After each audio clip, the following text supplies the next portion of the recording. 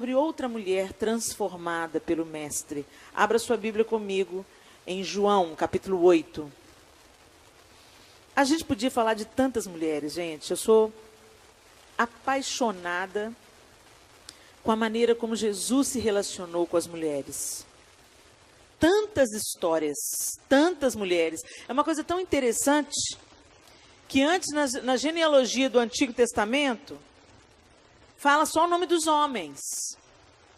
Mas quando você vira de Malaquias para Mateus, as mulheres começam a ser inseridas na genealogia. Olha que coisa fantástica. O Evangelho trouxe boas notícias para as mulheres. E elas não permaneceram como um produto de segunda categoria, um ser humano pela metade. Deus, através de Jesus, colocou a mulher novamente na posição que Ele, Deus Pai, construiu para nós mulheres, e Ele quer nos usar nessa posição. Nós fomos enganadas lá no Éden. Por causa desse engano, a mulher, durante séculos, foi maltratada e marginalizada. Quando Jesus veio, Ele resgatou a mulher e restaurou a feminilidade. Só que as pessoas que não encontram-se com Jesus, elas não entendem isso. Elas não entendem que o Senhor tem um papel, um lugar para a mulher. Ele criou a mulher com um propósito maravilhoso. E quando nós não entendemos isso, nós nos tornamos cada vez mais inimigos de Deus. O homem inimigo de Deus. Gente, essa é a palavra. Uma vez a gente estava gravando um DVD do Crianças Diante do Trono, e o diretor que fazia o nosso DVD não cria nas mesmas coisas que a gente crê. Ele era dito cristão, mas ele não tinha uma experiência com Cristo. Ele conhecia Cristo de ouvir falar, mas não conhecia Cristo de conviver e andar com Ele. Então a Ana fez uma música num CD de criança que dizia: houve um dia, um triste dia, acho que uma coisa assim, que o homem pecou.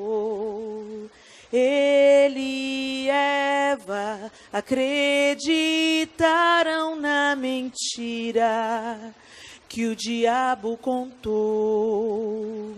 Deus já havia falado, não comam desse fruto, mas eles se rebelaram e comeram tudo. O homem e a mulher desobedeceram a Deus, não quiseram mais ser bons amigos de Deus. Eles preferiram morrer, eles escolheram fazer o que era mal. O que era mal. O homem e a mulher se tornaram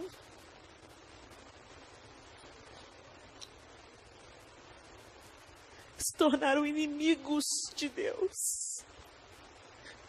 Forte para uma criança ouvir? Não. As crianças têm que entender que a desobediência, que não dá para ser uma meia boca o relacionamento com Deus. Ou você é amigo de Deus, ou você se constitui inimigo de Deus. Na nossa era tem muito essa questão da amizade falsa, né? Você ri, bate nas costas, mas você odeia a pessoa. É mais ou menos isso que acontece quando a gente não tem aliança e compromisso com Deus. A gente quer as dádivas dele, a gente quer ter um relacionamento utilitarista com Deus, mas na verdade nós somos inimigos de Deus. E aquele diretor falou com a Ana: mas não é isso, Ana, é muito forte essa letra. O homem e a mulher se tornaram inimigos de Deus. Ele falou: não é isso, assim, é isso. É isso, Alfredo, é isso que a Bíblia diz. A Bíblia diz que o homem e a mulher se tornaram inimigos de Deus. Então Jesus foi enviado para promover reconciliação, mas quando a reconciliação não acontece, o homem não entende o plano de Deus, não vive o plano de Deus, se torna opositor de Deus, inimigo de Deus. E por isso a mulher continuou sendo abusada. Então a mulher se rebelou. Ela se rebelou. E cá entre nós, mais uma vez, nós fomos enganadas. Porque o que parecia liberdade, o que parecia um grito de independência da mulher, virou, na verdade, o seu cativeiro. Hoje nós temos dupla jornada de trabalho, saímos para ter carreira, mas ficamos culpadas, porque deixamos os nossos bebês com a babá, ou no maternal, ou no berçário. Os homens se tornaram figuras apáticas, sem autoridade. Agora vão casar para quê? Ele tem sexo sem casamento? Para que ele vai querer casar? Para que ele vai querer compromisso? Para que ele vai querer aliança? Se ele pode ter 1, 2, 10. Nós temos mais doenças sexualmente transmissíveis, nós sofremos violência doméstica, o número de estupros e de abuso nas universidades cresceu assustadoramente. Meninas são molestadas pelos próprios pais, tem algo de muito errado aí. Quando a mulher sai da posição que Deus designou para ela, a família padece. Porque a guardiã, aquela que enxerga o perigo de longe, saiu da sua posição e foi conquistar a sua independência. O homem, que era auxiliado pela mulher e alertado do que estava dando errado, continua apático, alienado, fraco. Fomos enganadas pela segunda vez e o Senhor está nos chamando de volta. Então a gente tem que trazer à memória o que Jesus veio fazer. Gente, o que Jesus veio fazer, a gente pensa, né? Não, Helena, ele veio nos reconciliar. Ontem eu estava conversando com o João, e a gente trocando uma ideia, e eu falei com ele, meu bem, sabe o que eu acho? Que a gente não tem a menor ideia da totalidade do que Jesus fez. A gente não tem a menor ideia. É muito maior o que ele fez do que está descrito aqui. É muito mais amplo, atinge muito mais coisas, e a gente não enxerga isso porque nós estamos vivendo distraídos com as mentiras bem contadas por este século. Todo o tempo temos que ser lembradas de quem o Senhor é, do poder que Ele tem. E não usufruímos do relacionamento com Deus. Vivíamos só na superficialidade da religião. E nesse capítulo de João, tem um encontro maravilhoso. Eu podia falar de Marta e Maria, que são duas irmãs impressionantes. Eu podia falar da mulher samaritana à beira do poço. Que encontro extraordinário. Naquele capítulo 4 de João, gente, tem muita pregação num capítulo só. Meu Deus, quantas coisas a gente aprende ali. É fantástico. Eu sou apaixonada com João 4 e aquele encontro com a mulher em Samaria. O jeito que Jesus chamou as mulheres como discípulas mesmo. As mulheres seguiam Jesus, as mulheres serviam a Jesus no seu ministério, a ele e aos discípulos. Elas andavam com ele. Maria Madalena chamava Jesus de mestre, ou seja, ela também era ensinada por ele. Por que isso não está registrado nos detalhes? Bom, a Bíblia é bem prática, né? Ela não entra nos detalhes, nos pormenores. E ela foi escrita num período que mulher não era nem citada, gente. Mulher não... E ela foi escrita pelos discípulos homens. Então eu fico imaginando, era o contexto cultural deles. Não era o costume da época falar sobre as mulheres. Mas elas estão aqui. E Jesus jogou tanto holofote em cima de mulher, que ele se apresentou para uma ressurreto.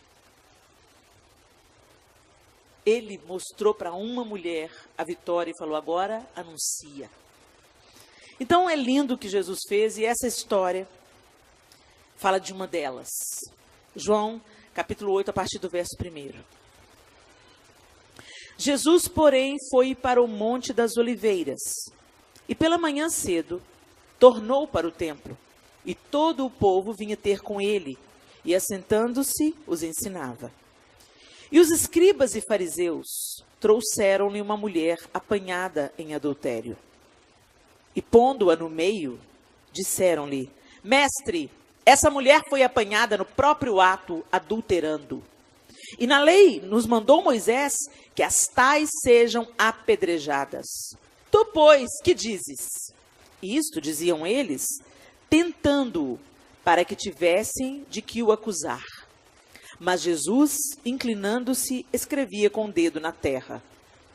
E como insistissem, perguntando-lhe, endireitou-se e disse-lhes, aquele que de entre vós está sem pecado, seja o primeiro que atire pedra contra ela.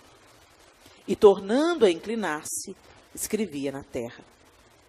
Quando ouviram isso, redarguidos da consciência, saíram um, a começar pelos mais velhos até aos últimos. Ficou só Jesus e a mulher que estava no meio. E endireitando-se Jesus, e não vendo ninguém mais do que a mulher, disse-lhe, mulher, onde estão aqueles teus acusadores? Ninguém te condenou? E ela disse, ninguém, Senhor. E disse-lhe Jesus, nem eu também te condeno. Vai-te e não peques mais. Algumas pessoas erroneamente acreditam que essa mulher era Maria Madalena. Não era. Maria Madalena foi liberta de 7 demônios, eu acho que era isso. Maria Madalena era endemoniada e Jesus a libertou dos demônios e ela desde então passou a seguir Jesus e os seus discípulos e servir a Jesus. Também foi aquela que a ela foi mostrado o Cristo ressurreto em primeira mão. Muito bem. Essa mulher não se fala o nome dela. A mulher adúltera. A mulher pega em flagrante adultério. Eu fico pensando como é que se deu esse quadro. Como é que aquela mulher estava vestida quando ela foi trazida diante de Jesus? Vocês acham que ela estava com um véuzinho na cabeça, como mandava o figurino? Toda vestidinha, bonitinha, decente? O que vocês acham? Ela foi pega com a boca na botija, na cama. Porque é o que está falando, ela foi pega em flagrante.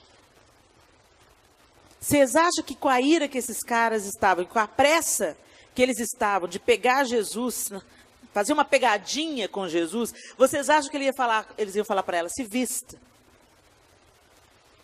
Eles queriam mais é provocar um escândalo.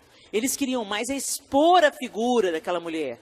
Principalmente que, como a gente disse ontem, naquele contexto, a mulher séria, honesta, não tinha muito valor. Imagina uma que era pega pecando. E pelos fariseus. Os fariseus eram os guardiões da moral e dos bons costumes. Aqueles caras que se achavam acima do bem e do mal. Nós somos os caras que guardamos a moral. E ela foi pega pecando.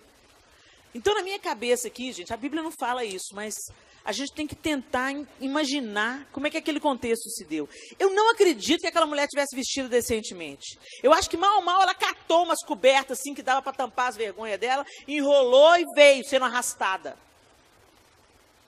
Então, imagine esse quadro comigo. O que ia acontecer com ela? Ser apedrejada. Ela sabia o que era a lei de Moisés. Então imagina como é que estava o coração daquela mulher. Eu estou indo para a minha morte. Eu lembro que uma vez eu fiz a mulher adúltera no teatro. Aí, dois soldados, 2 fariseus, tinham que me carregar para perto de Jesus. Os 2 fariseus, gente, me carregando assim, como se fosse a Polícia Federal levando o Lulão para poder pôr. Aquela gentileza, assim, vamos. Um de um lado, um de outro. Não!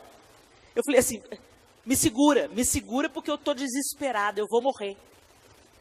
Eu vou morrer apedrejada.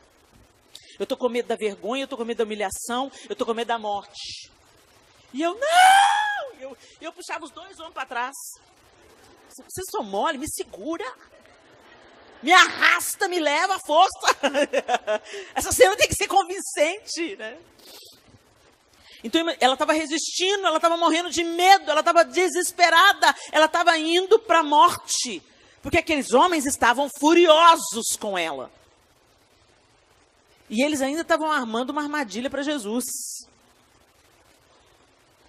E aí eles chegam com essa mulher. Então, tá aí na sua mente? Ela estava com medo, com vergonha, totalmente exposta, com certeza com os cabelos desgrenhados, os cabelos soltos, não era permitido para mulher. Cabelo esvoaçando de mulher Era a mesma coisa dela estar com os peitos de fora, gente. Era mais ou menos isso naquela cultura. Cabelo da mulher ser visto, ainda mais voando. Sedução, figura do capeta.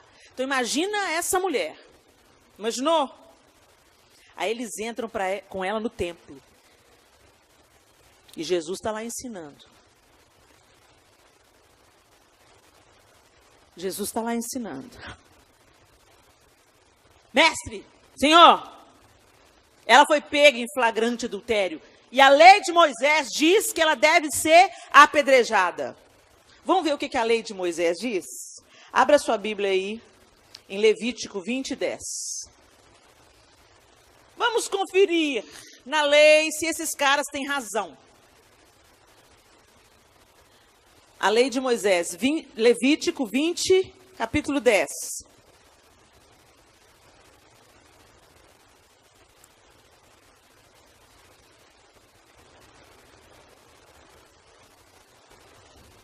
A Bíblia diz assim: também o homem que adulterar com a mulher de outro, havendo adulterado com a mulher do seu próximo, certamente morrerá o adúltero e a adúltera.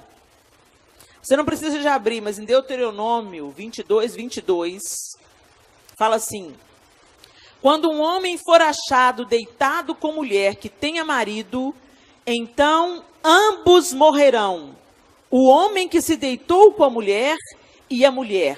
Assim tirarás o mal de Israel. Tinha um homem com ela? Ela foi trazida sozinha, embora tenha sido pega em flagrante. Como que ela foi pega em flagrante sozinha?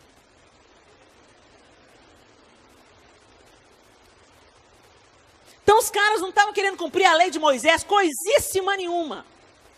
Eles estavam com ódio daquela mulher, porque mulher já era figura alvo de ódio mesmo, e queriam aproveitar aquela história, sabe-se lá se essa história foi até armada, com um amigo parceiro deles, você deita com ela, que aquela ali é facinho, carente, pega ela, e a gente vai ter uma situação para enquadrar Jesus. Sei lá, pode ter acontecido, a Bíblia não fala sobre isso, mas quem sabe. Só sei que o homem foi deixado para trás. E a mulher foi levada sozinha para assumir a culpa. Aí eu fico pensando, por que Jesus abaixou para escrever no chão?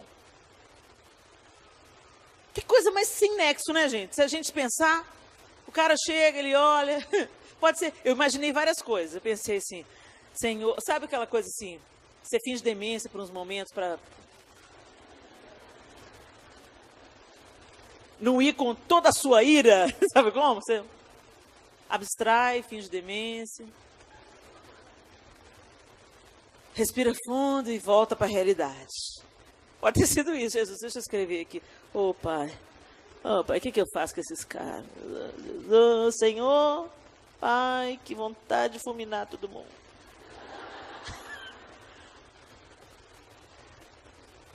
Ele está escrevendo. Outra possibilidade que tem dele estar escrevendo: tirar a atenção dos olhos sobre a mulher. Imagina, todo mundo, imagina, ele estava ensinando, então tinha gente ao redor dele. Imagina, as que estavam de véu, todas certinhas, bonitinhas. As crianças, os curiosos, que vieram no cortejo atrás da mulher, sendo arrastada cidade afora. O que está rolando? O que está rolando? Qual que é o barraco?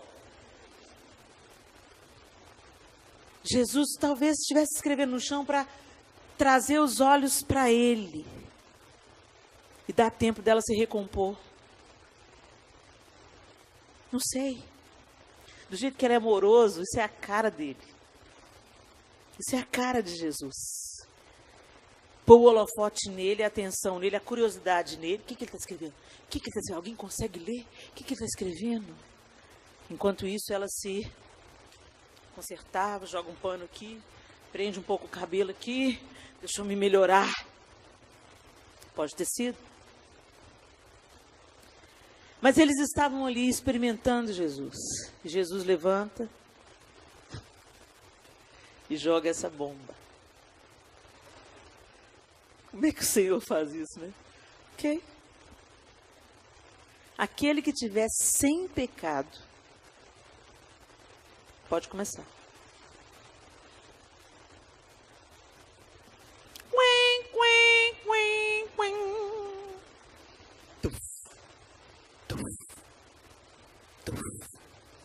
As pedras foram ficando pelo chão.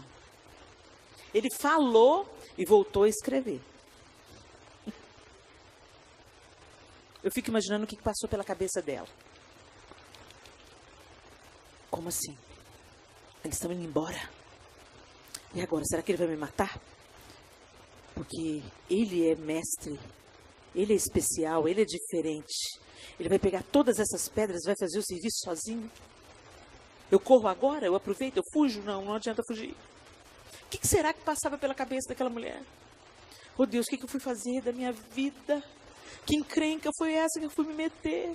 Eu sabia qual que era a condenação, onde que eu estava com a minha cabeça, a minha carência, a minha necessidade. Por que eu não pensei?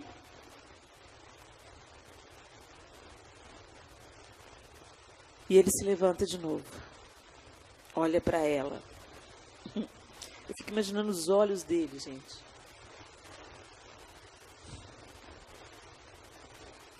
Ele endireitou-se. E não vendo ninguém mais do que a mulher. Eu fico pensando nessa fase. E não vendo ninguém mais do que a mulher. Não significa que eles estivessem sozinhos. Porque alguém registrou isso. No caso aqui, João. Então ele era testemunha. Ele estava ali assistindo a cena.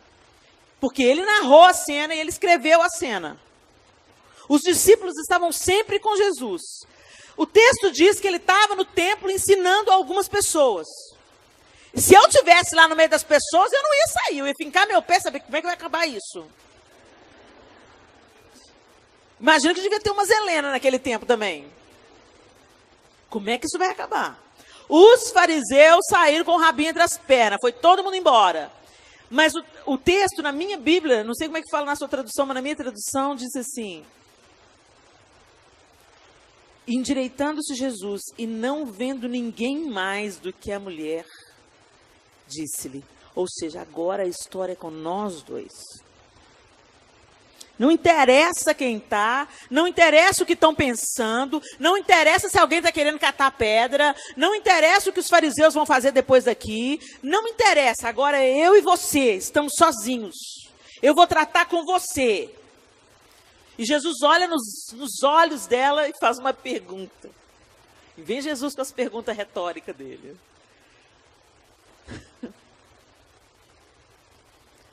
Mulher. Eu estava vendo esses dias, gente, que essa palavra mulher, às vezes é vista para a gente como uma coisa desonrosa, forte, irritada, né?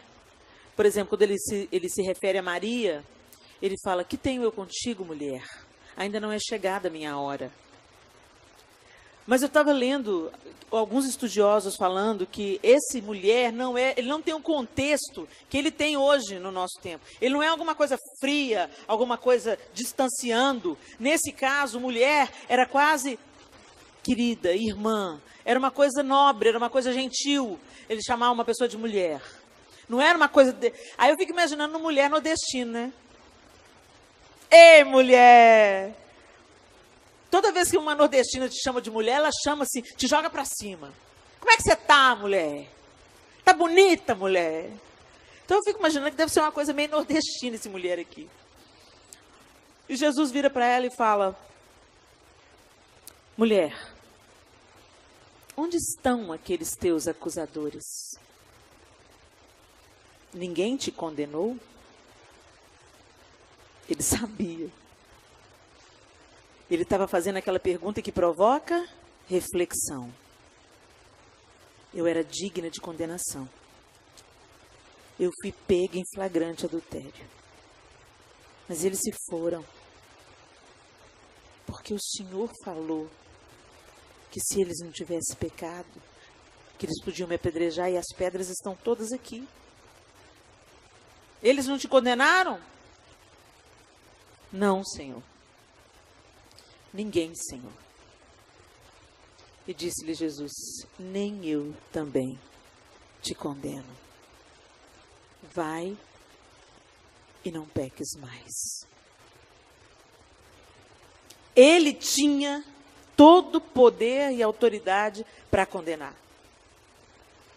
Ele era santo, ele era puro, Deus encarnado, ele podia cumprir a lei mosaica, mandar chamar o homem, chama o homem também, que eu mesmo vou apedrejar os dois. Mas ele falou: não te condeno. Gente, nesse episódio, Jesus está nos apresentando a graça. A graça que supera a lei. Ok, Moisés estava certo. Era lei. Era para frear o pecado. Era para puxar a rédea do pecado. Porque se cada um naquele arraial começasse a fazer isso, ia virar uma bagunça. A contaminação ia se proliferar. Então Deus deu uma ordem: se um deitar com o outro, vai morrer. Então o pessoal não se arriscava, né? Deixa eu ficar feliz aqui com a minha mulher mesmo, senão eu vou morrer. Imagina se na nossa sociedade acontecesse isso hoje. 1/3 de extermínio da raça humana na Terra. Mas o que me deixa encantada nesse capítulo, extasiada com o Senhor, é que primeiro, ela foi liberta da condenação. O que ela fez foi mal. Jesus estava dizendo: vai, não peques mais. Ele estava dizendo: você errou, você pecou, o que você fez foi abominável aos meus olhos, mas você não é isso. Você não é o que você fez. Você pode começar uma vida nova. Você pode escolher viver de um jeito diferente. Então vá, eu te libero, eu não te condeno, eu não te apedrejo. Vá e muda o seu estilo de vida, muda a sua mentalidade, muda a sua maneira de agir. Começa do zero, começa de novo e vive uma vida digna. E é isso que o Senhor continua fazendo conosco. A gente tem tantos problemas. Às vezes a gente fala assim: mas graças a Deus, adultério não é o meu. Às vezes você não vai para a cama com ninguém, mas deseja alguém no seu coração. Se arruma para um outro homem que não é o seu marido. Existe isso muito, sabia? Nas igrejas evangélicas. Às vezes a mulher está vivendo um momento difícil no casamento, de vulnerabilidade, o marido às vezes é um grosseirão, está cheio de impaciência, chega aquele momento de desgaste no casamento, os dois começam a interagir um com o outro pelos papéis que cada um desempenha, e não mais pelo amor, pela amizade, a intimidade emocional não é cultivada, fica dois estranhos dentro de casa. Ela vai cortar o cabelo, corta um palmo do cabelo, ele nem se toca. Aí um dia chega na igreja, e o diácono gentil fala assim: puxa, irmã, cortou o cabelo, emagreceu, tá linda. Diácono infeliz. Por isso que eu quero falar para os homens, pastora. Porque se ensina muito para as meninas, para as mulheres, cuidado com a roupa. E tem que ensinar mesmo. Você não vai sensualizar, você não vai tentar o homem. Ser sensual significa pronta e desejável para o sexo. Você é isso para o seu marido. Você não é isso para os homens do planeta. Mas, infelizmente, a gente de vez em quando tem que ficar lembrando isso para as mulheres. Agora, ninguém ensina para os homens que o homem, todo mundo sabe que o homem é visual. Mas ninguém ensina para os homens que as mulheres são auditivas. Aí chega o galalau e fala: tá linda. Aí ela fica: obrigada. Aí vai com aquilo para casa na cabeça: olha, sou linda. Aí o marido: entra aí. Aí pensa: lá, o outro. Fulano, diácono, me disse que eu sou linda. E eu tô aqui casado com essa porta. Não me valoriza. Aí no domingo que vem, ela se faz mais bonita ainda. E passa no diácono: a paz do Senhor. Tudo bem? Aí o diácono abençoado fala assim: Tudo bem, esse vestido é novo?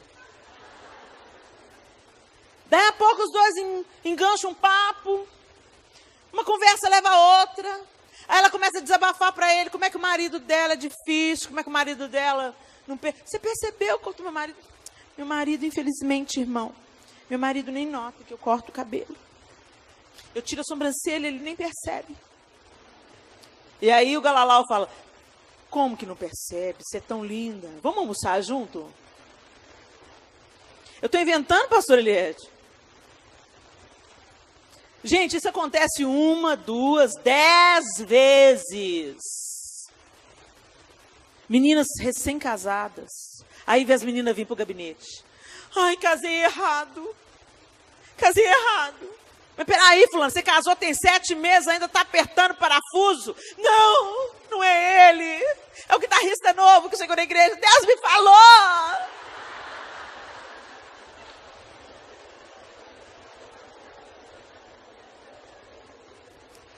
Senhor, tem misericórdia, Pai.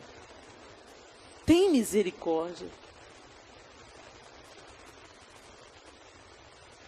A gente não vai para a cama de um dia para o outro, não. A gente vai se envolvendo emocionalmente. Talvez você está aqui hoje, Deus te trouxe aqui hoje para te falar. Você está no meio do processo, né? Interrompa esse processo em nome de Jesus. Volte os seus olhos para o seu marido. Ele pode ser uma bisca, mas deve ter alguma coisa de boa, porque você casou com ele. Pega lá nas entranhas, lá no profundo, pega onde que esse homem acertou, ressuscita isso, eleva isso, põe isso lá no alto, o joelho no chão, e fala, Senhor, é esse homem que eu amo. Vem cá, amor, vem cá, vamos namorar. Esse que é o seu homem. De vez em quando vem os galalau tirar foto comigo, põe a mão na cintura, irmão, põe a mão no ombro. Outro dia um cara de pau virou para mim e falou assim, pastor, na frente do João, pastor, esse é maior gata. Meu marido também acha. Eu já virei a cara e fiquei olhando para o João. Tchau, some daqui, capeta. A gente tem que interromper a conversa fiada. E ter coragem de falar. Às vezes é um homem casado falar, puxa, você está linda, fala isso para sua mulher. Talvez ela está precisando de ouvir. Corta o barato desse cara, mas a gente fica... obrigada. Para com essa carência desesperada que vai te levar para a cova. Valoriza o homem que você tem. Pede a Deus para restaurar o seu casamento. E se você está vivendo, se você está indo para a cova, cheio de elogio, os capetinhos tudo pulando atrás, toma juízo, mulher. Toma tenência, toma posição de mulher de Deus. E faz, não vou almoçar com você coisa nenhuma, meu irmão. Vou almoçar com meu marido. Para de confidenciar para homem. Se você precisa de conselho, procura uma mulher de Deus. Mais velha de preferência. E que saiba dizer a verdade na lata. Porque às vezes a gente... Sabe aquela amiga que adora o crime junto com você? Aí é ela que você vai buscar conselho. Aí, amiga, o que você acha? Fulana tá fazendo assim, assim, assim. Aí a amiga do cão fala assim, minha filha, a fila anda. Parte para outra, esse cara não te valoriza. Foge dessa amiga. Gente, eu conheço história de mulher que aconselhou a amiga. Ela lascou fora, chutou o marido, aí ela entrou em cena e pegou o marido da outra. Fica esperta. Acorda para a vida. Deus sabe por que eu estou falando isso, não estava no roteiro, não. Interrompa esse processo. Então, às vezes, a gente se acha muito santa, porque a gente não foi para a cama com alguém, mas o pecado jaz à porta do nosso coração. Temos pensamentos impuros. Quantas mulheres estão envolvidas com pornografia? Querem se estimular e vai correndo atrás da pornografia. Isso é um laço do inferno que traz consequências para a nossa cama. Quantas mulheres com desejos homossexuais? É tempo de nós entendermos que nós precisamos de Deus. Nós não somos as feras. É muito fácil a gente enxergar o pecado do outro e não enxergar o nosso próprio pecado. Mas essa mulher não tinha como se esquivar. Ela foi pega em flagrante adultério. Ela era culpada. E Jesus disse para ela: você é culpada, mas eu não te condeno. Eu estou te dando uma outra chance de não se tornar isso que você está fazendo. E de começar de novo. E o Senhor está falando a mesma coisa para você hoje. Eu não sei que vida que você está levando. Talvez, minha querida, você já tenha concebido o pecado. O adultério já aconteceu. Você está tendo um relacionamento extraconjugal. Eu quero te dizer para você. Você não é isso. Você não é isso que você está fazendo. Interrompa isso. E vem para a vida. Deixa Deus te restaurar. Deixa os olhos de Jesus encontrarem com seus olhos e dizer: tampouco eu te condeno. Contudo, vai e começa de novo. Vai, não peca novamente. Não fica atolada no pecado, acostumada com o pecado. E às vezes a gente pensa que o pecado é o adultério, o pecado é o envolvimento ilícito, o sexo antes do casamento. Às vezes você é solteira, está aqui e está mandando ver. Vai para o motel depois do culto. Minha querida, interrompa isso, isso é maldição, desobediência para a sua vida, vai trazer consequências no seu casamento, mesmo que você case com esse cara. Começa de novo. Começa de novo. Fala com ele: olha, a gente não vai mais para a cama. Isso está errado, isso é desagradável a Deus. Se ele falar: então já deu, não estou querendo não, então some da minha vida. Você não precisa de um homem que não te leva para a presença de Deus, que não te ajuda a se manter na presença de Deus. Interrompe esse relacionamento em nome de Jesus. Se for preciso, termina esse namoro. O que é ruim tem que sair para o bom entrar. Tenha coragem. Ah, mas a gente gosta muito um do outro. Então casa. Então casa. A gente está invertendo e está convivendo pacificamente com o pecado. E tem muita gente aí fora barateando a graça. E dizendo: ah, mas é pela graça. É pela graça, irmão. É pela graça, mas não custou barato. Graça não é para respaldar a sua vida de pecado. Graça é para te capacitar a recomeçar. Um favor que você não merece. Um favor que aquela mulher não merecia.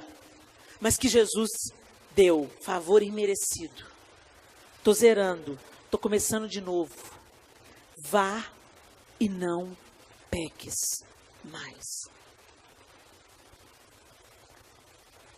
Outra coisa que eu quero chamar a atenção nesse texto, além da nossa reflexão sobre o nosso próprio pecado. Fofoca é pecado. Maledicência é pecado. Inveja é pecado. Cobiça é pecado. A gente é tão severo com o pecado sexual, mas tão complacente com os outros pecados, como se eles não nos afastassem de Deus. Idolatria é pecado.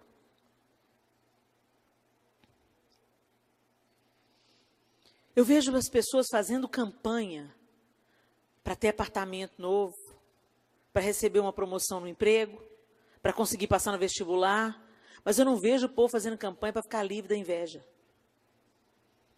Eu não vejo o povo pôr na boca no pó: vim aqui orar, 7 sexta-feira, eu vou pôr a boca no pó até Deus me libertar da cobiça, da maledicência, da língua grande, da fofoca, da murmuração. Tudo isso nos separa de Deus. Mas a gente pensa que não, que o pecado do outro é maior do que o meu. Eu fico vendo na internet. Passa a ser bizarro. Aquela história de tira primeiro a trave do teu olho, para depois tirar a trave do olho do teu irmão. Aquele versículo, com a mesma régua que você medir, você vai ser medido. Isso a gente arrancou da Bíblia. Os juízes estão lá todos de plantão na internet, cozinhando aquele que pisou na bola, falou uma besteira, exagerou em alguma coisa. Sangue de Jesus tem poder, cambada de hipócrita. Sangue de Jesus tem poder no pecado do irmão, no seu também, na sua língua grande. A gente é muito tolerante com os nossos pecados e com os pecados de quem a gente ama, de quem a gente está dentro de casa. Eu tolero o pecado do meu filho, eu tolero o pecado do meu marido, eu tolero o pecado do meu irmão, da minha mãe, o meu pecado, mas o mesmo pecado quando é praticado lá fora, aí entra os fariseus.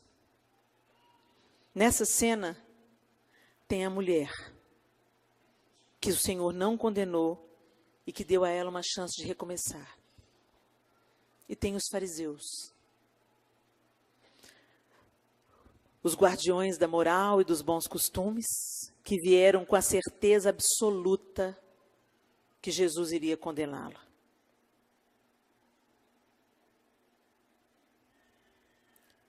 Sabe aquela pessoa que você conhece, que você tem certeza que Jesus vai condená-la? Você tem alguém? Pensa aí. Sabe aquele seu patrão que pega no seu pé?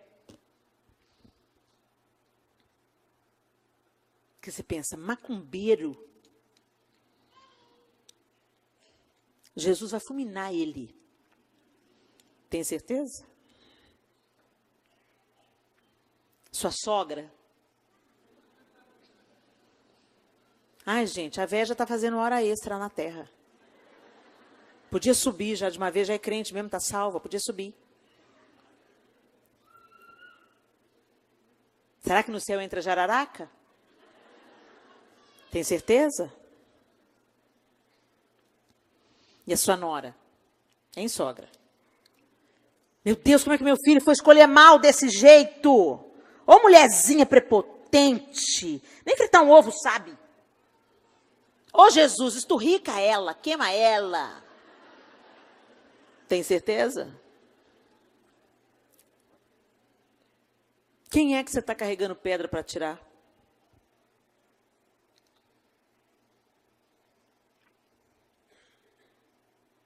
A gente anda bem armado. Eu nunca vi uma igreja com tantas pedras nas mãos como a nossa igreja contemporânea. O que te faz pensar que você é melhor do que alguém? A gente põe uma Bíblia desse tamanho debaixo do braço e pensa que é melhor. Ai, eu amo tanto fulana, mas ela é católica. Jesus tem que salvar. E quem te diz que só evangélico vai ser salvo? E quem te disse que Jesus veio fundar a religião evangélica?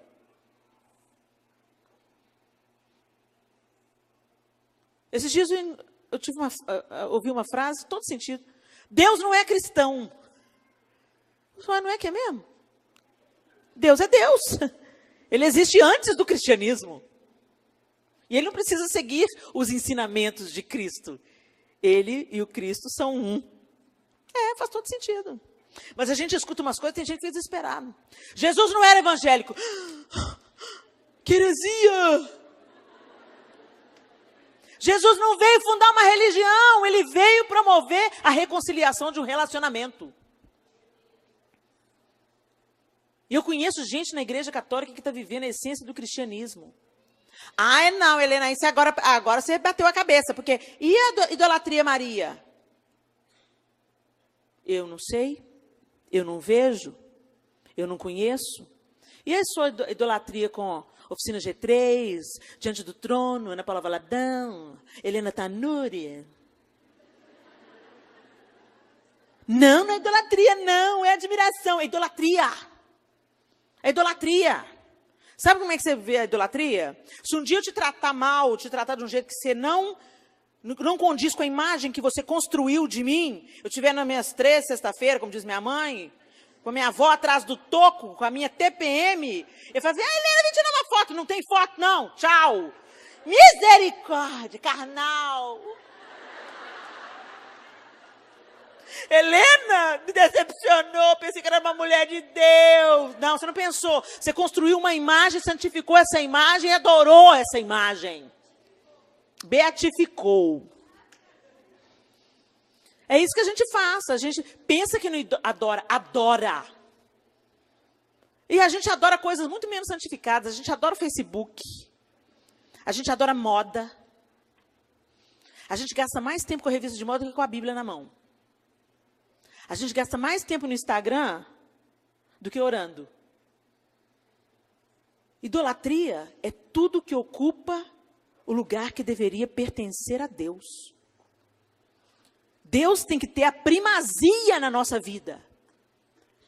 Dele, por ele e para ele são todas as coisas. Eu estou escovando o dente, é para a glória de Deus. Eu estou andando na rua, é para a glória de Deus. Eu vivo a minha vida voltada para Deus. Ele é o centro da minha vida. Eu transito em torno dele.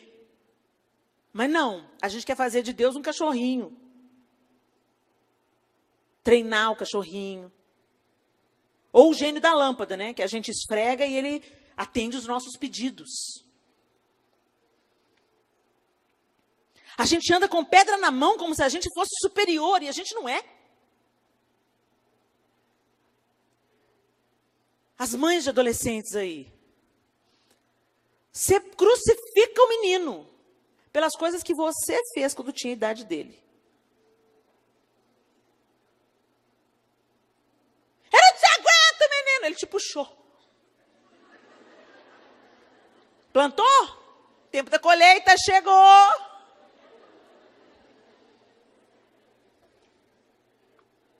O que você está plantando, mulher? Por que você está condenando as pessoas, sendo que você precisa ser perdoada? Você precisa ser melhorada.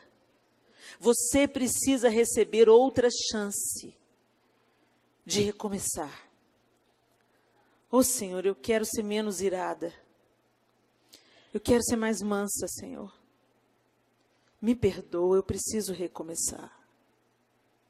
Sara-me, Senhor. Sara o meu coração invejoso, Senhor. Eu não consigo me alegrar com a vitória da minha irmã. Me sara, Senhor, eu não quero ser invejosa. Me libera para recomeçar. Me sara, Senhor, da minha maledicência. Como eu sempre tenho o dedo em riste para alguém, sempre falando mal de alguém, sempre expondo a nudez de alguém. Eu tenho uma necessidade doentia de expor a nudez do outro, o pecado do outro. Isso me faz me sentir melhor. Minha querida, o Senhor tem plano de vida para você. Ele não quer te condenar. Mas Ele impõe uma condição. Vai e vive uma vida diferente. Vai e começa de novo. Vai e toma posse do seu perdão, não desperdiça. A gente até se esqueceu como é que é se arrepender de pecado, gente. A gente pede muito avivamento, né? Ah, Deus, manda avivamento, manda avivamento. Não existe avivamento que não seja precedido de arrependimento de pecados. Então nós precisamos de orar da seguinte forma: Senhor, me convence dos meus pecados. Eu preciso ser convencida dos meus pecados. Acende a luz no quarto escuro do meu coração e me mostra qual é a mazela, qual é a lepra que está me fazendo ser prepotente, orgulhosa e pensar que eu sou melhor do que o outro. Gente, nós não somos melhores do que ninguém. Não somos melhores do que ninguém. Feche os seus olhos.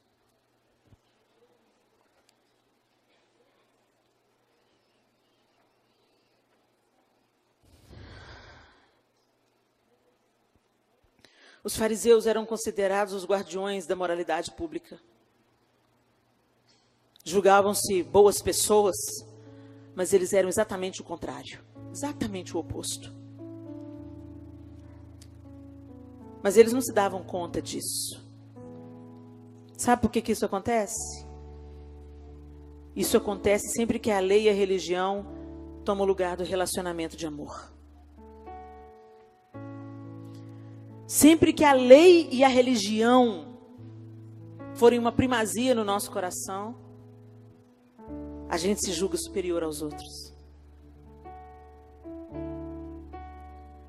Mas quando a gente se depara com o nosso próprio deslize, o nosso próprio desvio de caráter, o nosso próprio pecado reincidente, aquele que está sempre batendo na nossa porta,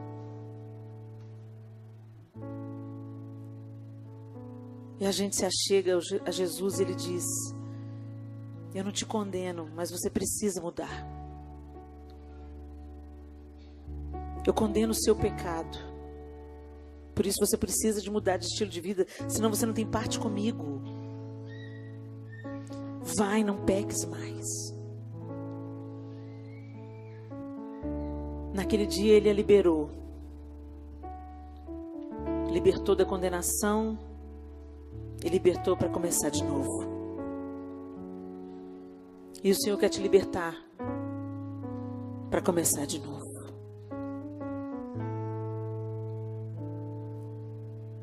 Qual é o pecado que está na sua porta aí todo dia? Não se conforme com ele. Não faz uma maquiagem no pecado para ele parecer mais bonitinho ou menos nocivo. Glutonaria, bebedices, invejas, porfias, maledicências. Todas nós temos o nosso calcanhar de Aquiles. Todas nós carecemos da graça de Jesus. Todas nós estamos seminuas diante do Senhor, com os cabelos desgrenhados ao vento, precisando desesperadamente de absolvição e de recomeço. Caminha, filha. Caminha, mulher. Rompa com esse ciclo de pecado reincidente que já é um estilo de vida para você. Masturbação, pornografia, maledicência, inveja, ciúmes.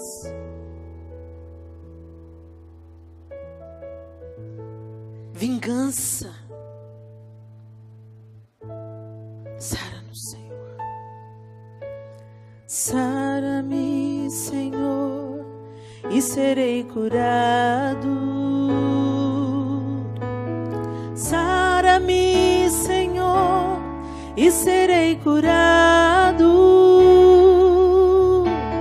Sara-me, Senhor, e serei curado. Sara-me, Senhor, e serei curado. E serei curado. E serei curado pelo teu amor.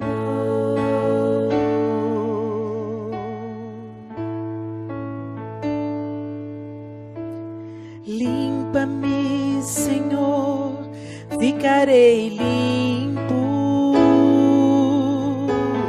Limpa-me, Senhor, ficarei limpo. Limpa-me, Senhor, ficarei limpo. Limpa-me, Senhor, ficarei limpo. Ficarei limpo. Ficarei limpo pelo teu amor.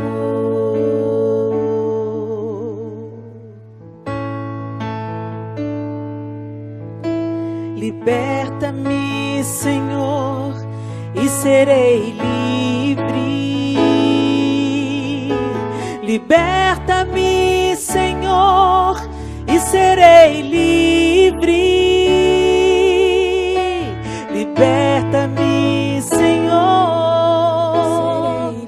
serei livre. Liberta-me, Senhor, e serei livre. E serei livre. E serei livre pelo teu amor.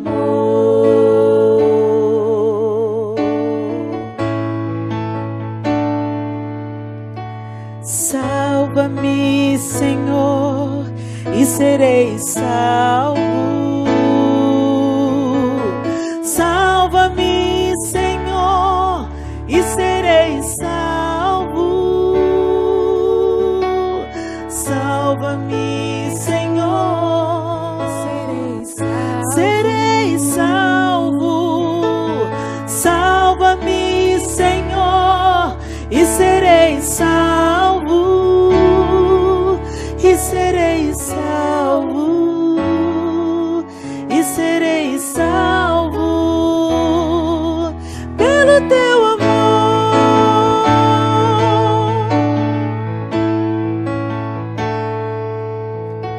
Sara-me, Senhor, e serei curado. Limpa-me, Senhor, ficarei limpo. Liberta-me, Senhor, e serei livre. Salva-me, Senhor, e serei salvo. E serei salvo. E serei salvo pelo teu amor. Obrigada pelo teu amor, Senhor. Amor que nós nunca vamos conseguir medir nem entender. Amor que cura e que nos libera para avançar. Pai, eu não conheço na intimidade essas minhas irmãs que o Senhor reuniu aqui, mas o Senhor conhece tão bem. O Senhor sabe a área onde cada uma tem dificuldades. O Senhor sabe os pecados reincidentes de cada uma, o calcanhar de Aquiles de cada uma. E nós sabemos que o Senhor nos ama apesar de, mas nós não queremos permanecer como estamos.